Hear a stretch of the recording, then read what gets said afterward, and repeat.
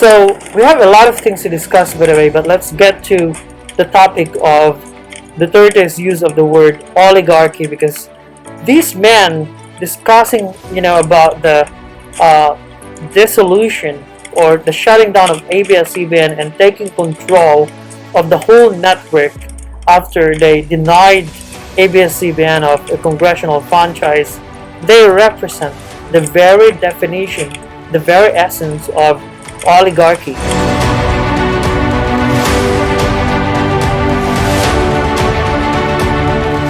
So let's listen to the litany of the president. He's like bragging about, having May gusto akong sabihin sa inyo. having something to say about the shutting down of the network. It is not that I am inordinately proud of it, Really. but that was actually a part of my campaign. Sinabi ko sa iyo ninyo noon, kung nakinig kayo sa akin, I never really expected to win sa rating up to the last hour. Hanggang 4 lang talaga ako in the lineup of 4 candidates. Ang corruption na bilyon sa taas. Sinabi ko sa inyo yan. And I dare challenge anybody na sabihin nila I am lying. Sinabi ko yan in my own language. Medyo pagkapastor. Pero sabi ko, itong mga mayaman na kinatakasan ang gobyerno, pati ang tao. Without declaring martial law, sinira ako yung mga tao na humahawak sa ekonomiya at politika. At hindi nagbabayad. They take advantage sa kanilang political power. Ganun yan. Sa core, ganun yan. Every election, noon, o sa ngayon, o bukas, sabihin, isang kwarto lang yan. O, Adre, sinong kandidato natin ngayon? O, ikaw dyan, ikaw ang bahala sa, siguro raise the fund. 5 ng tao. Isang pamilya lang ang nag-uusap dyan. Ganun nilaro nila ang bayan ko. Kaya ako mamatay, mahulog ng aeroplano, tutang nila. I am very happy. Alam mo bakit? Sabi ko, without declaring martial law, I dismantle the oligarchy that control the economy of the Philippines. Alright, so he's speaking to the military, that he's bragging, the president of the Philippines is bragging to the military that without declaring martial law, he's able to dismantle or destroy the oligarchs in the Philippines. Alright, but what the hell is the definition of oligarchy? We're gonna get to that, but to give credit to Duterte, he's been saying that ever since he's elected. So we have this video 3 years ago saying that he's gonna dismantle oligarchy, but I don't think President Duterte understands the definition of oligarchy and what's the source of oligarchy. We're gonna get to that, but this is quite complicated issue. So this video was posted 3 years ago, in which President Duterte talked about dismantling The wealth oligarchy. the wealth of this country is owned by just a few guys. Hindi naman lahat mayaman na oligarchs. Meron yung they built their empire through the years. As for example, I'm not saying it because she's here. Gina, she's a billionaire, but look at the way she treats herself. She's a crusader, and she left the country and she hates oligarchs. Ako man, ito Alright, yung mga so that's the video of Duterte 3 years ago, lambasting the so-called oligarchs. Alright, the term oligarch is usually used by leftists. Okay, it's usually the boogaboo or the enemy created by leftists in order to achieve whatever political agenda they have. So it was used by Hugo Chavez. So they have a lot of names like bourgeois, okay, the bourgeois, the old rich, the oligarchs. But in reality, the term oligarchy does not pertain to one particular political system or economic system. It does not simply pertain to capitalism or semi-capitalism, because the term oligarchy, which came from the Greeks, okay, it's a Greek aggression or Greek word, oligos. Oligos means the few or few, and archo means to rule. And who are these people? Few people that have this capacity or power to rule the few, or the nation. For example, the few people ruling the nation or governing the nation. So these people pertain to either nobility. So we have these royal families in Europe. So these are the oligarchs. We have wealth, for example. I mentioned about the Shaibal system, Chaibal or Shaibal system in Korea, in which if you're ruling families own businesses, the owners of Samsung, Kia, Hyundai. All right, these are big families. These are called Shaibal families or Chaibal families. Um, in in terms of education, corporate. So he's referring to the corporate oligarchs. All right, the few owners of businesses in this country. These are like corporate oligarchs. All right, in which power rests with small number of people, and this small number of people either represent corporate power, military power, like in the case of the junta in Myanmar. Okay, but the very best example of oligarchy, or the small number of people ruling or governing, is the CPP in China, the Communist Party in China, Chinese Communist Party. These are very few people ruling 1.2, 1.3 billion Chinese people, and they're not elected.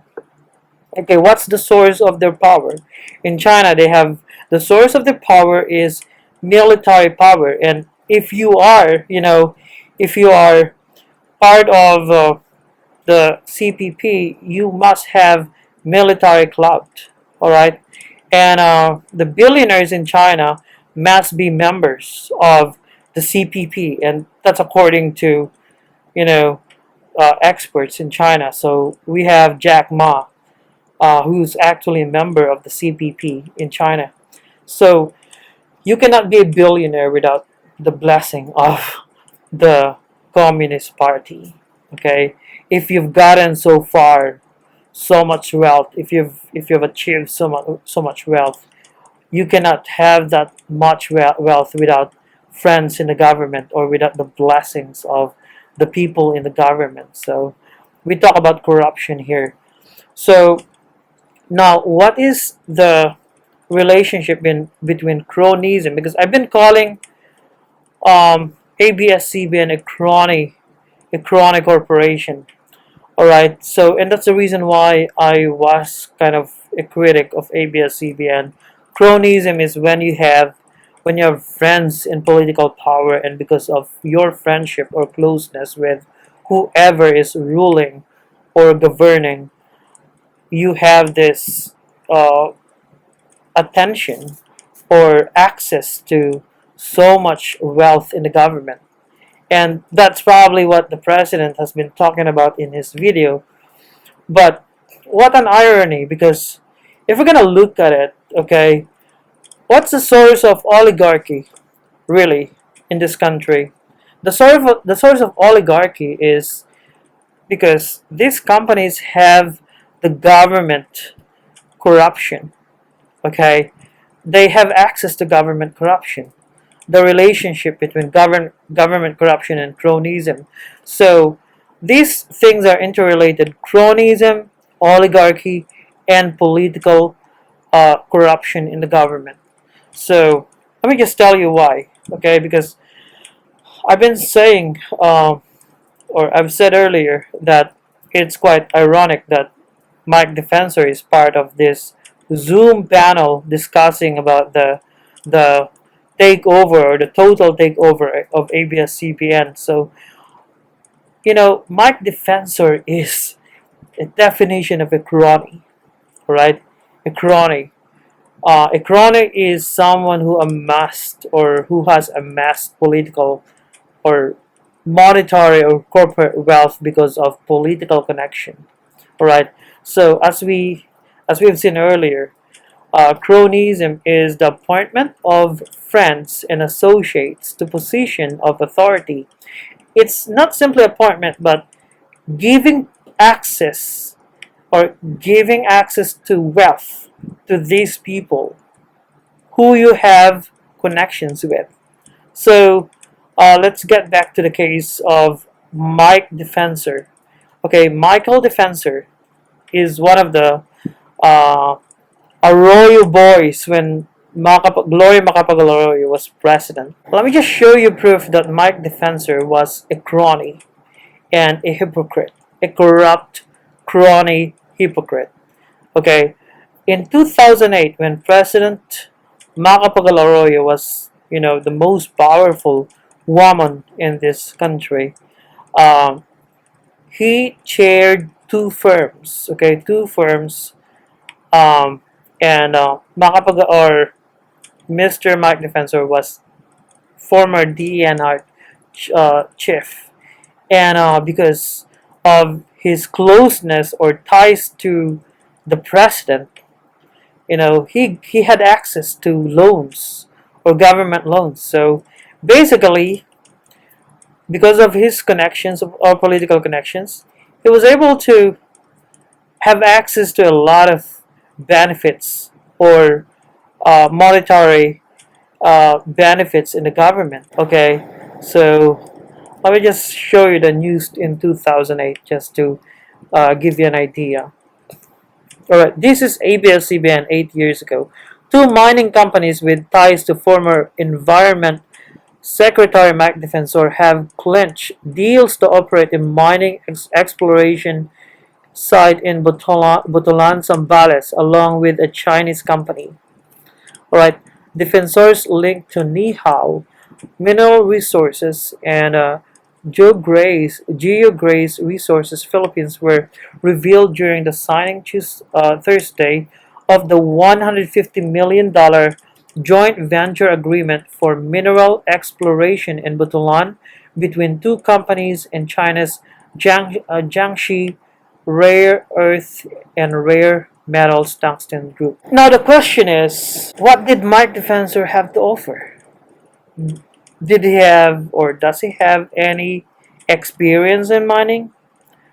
Did he have any existing wealth at all? No. All he had 8 years ago, when Gloria Macapagal was still the president, is political connection. So when you're an ordinary Filipino citizen, you do not have any right at all to be part of any joint venture if you're not first an old rich. Okay, if you don't have any existing influence in the corporate world. All right, because this is a mining company, so basically foreign corporations are not allowed to own 100% equity. All right, these foreign companies need to look for partners, and if they look for partners, they look for either established investors or rich people in the Philippines, or they look for some people who have political connections. So this is the very definition of cronyism, And what's the relationship between cronyism and oligarchy? All of the oligarchs started as cronies, all right? And That's the history of ABS-CBN. It started as a crony. It had all these sweetheart deals with former administrations or governments in the Philippines. And because of their connections, they were able to expand their business. So they all started as cronies. They had political connections, and all of these oligarchs are cronies. That's the relationship. And let me tell you something, all right? Since we are now discussing Mr. Duterte's so-called disdain against the oligarchs, all right, this is just pure rambling, and I don't know if Mr. Duterte actually understands or understood the definition of oligarchy or the source of oligarchy. All right, the main source of oligarchy or cronyism is government intervention. All right, so come to think of this. Okay, I've already told you earlier that there are many forms of oligarchies. Okay, in China there are political oligarchs. The few ruling elites in China are members of the CPP, for example. In Myanmar, they have military junta. The military people are the oligarchs there. In some other countries, in Russia, they have corporate oligarchs with the blessing of Putin, okay, Vladimir Putin. So the very source of oligarchy is government blessing, government protection. All right, you cannot have an oligarchy without any government intervention, either in terms of subsidies, in terms of protection, in terms of political connection, in terms of political quid pro quos, just like what Vice President in the United States, Joe Biden, did. Okay, he had this quid pro quos with China, for example. He's been selling the United States to China. So what I'm trying to tell you is that the source of cronyism and oligarchy is government intervention or big government. All right. So what I'm trying to tell you is that without government corruption, without too much government politicking, cronies like ABS-CBN would not have been so powerful. We had Gloria Macapagal Arroyo, during her time, having all these sweetheart deals with ABS-CBN. So, I'm a critic of ABS-CBN, as you can see, right? But what I'm trying to tell you is that the only way cronies can have access to so much wealth is when we have a corrupt government, you know, giving access to some people. And what these minions, the 30 minions, are trying to do is that, they're basically exercising, or these are hypocrites. They're basically acting and behaving like the cronies and oligarchs President Duterte claimed to hate in his speech that I've shown you earlier.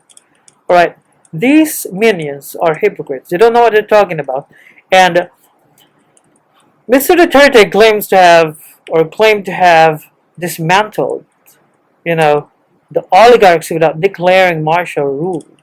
Alright, but what he's trying to do is actually replacing ABS-CBN with new cronies, with his own cronies and oligarchs, and these are going to be his own oligarchs.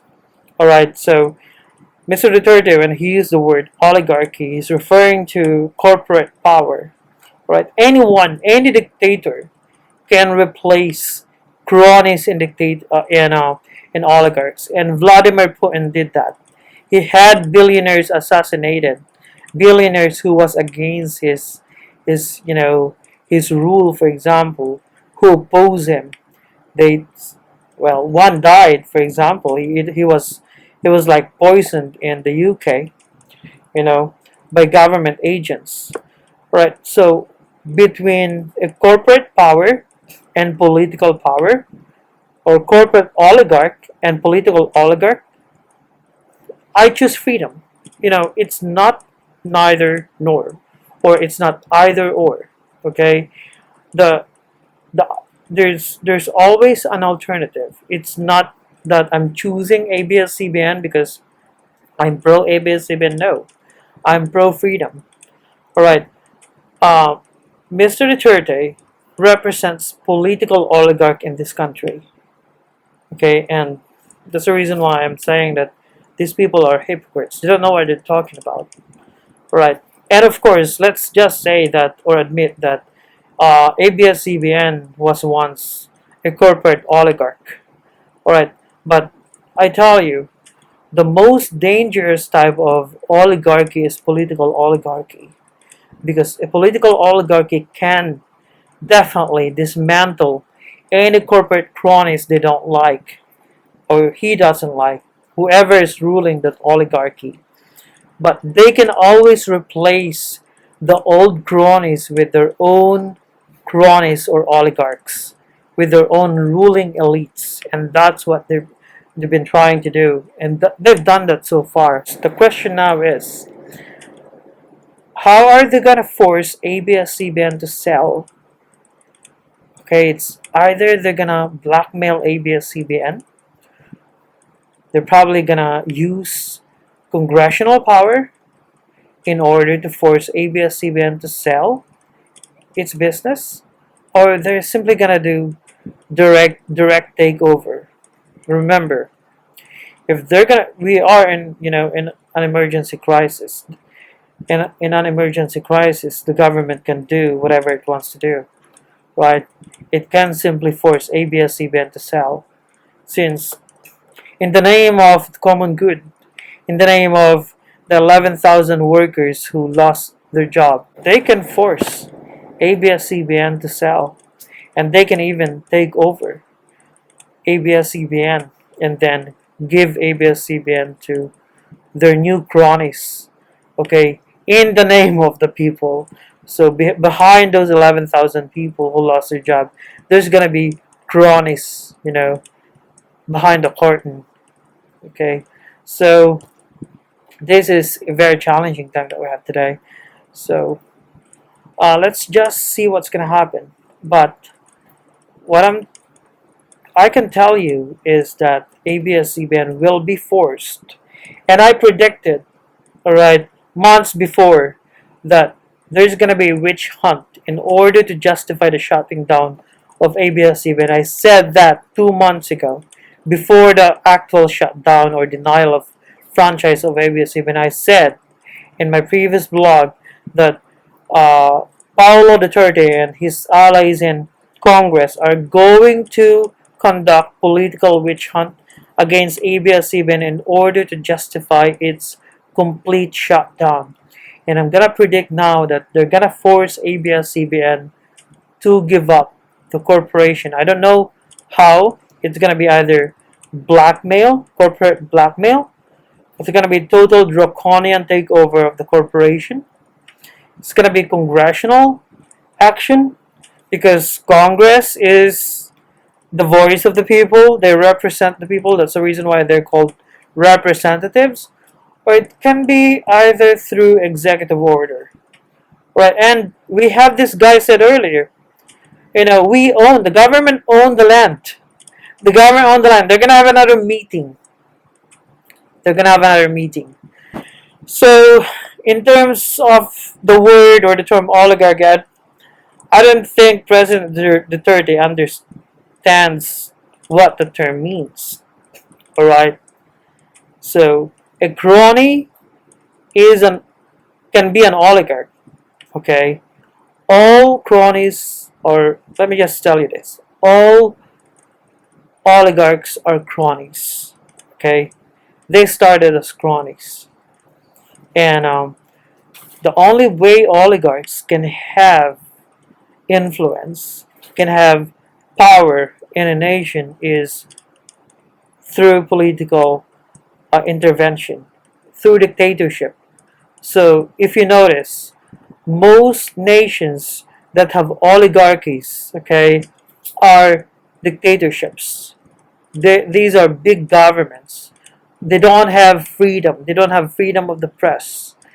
All right. So That's the reason why we have all this today. We have political oligarchy in this country. And this vlog is getting too long. So if you like this video, please like, share, and subscribe. And this is again a censoration vlog. And have a good one to all of you.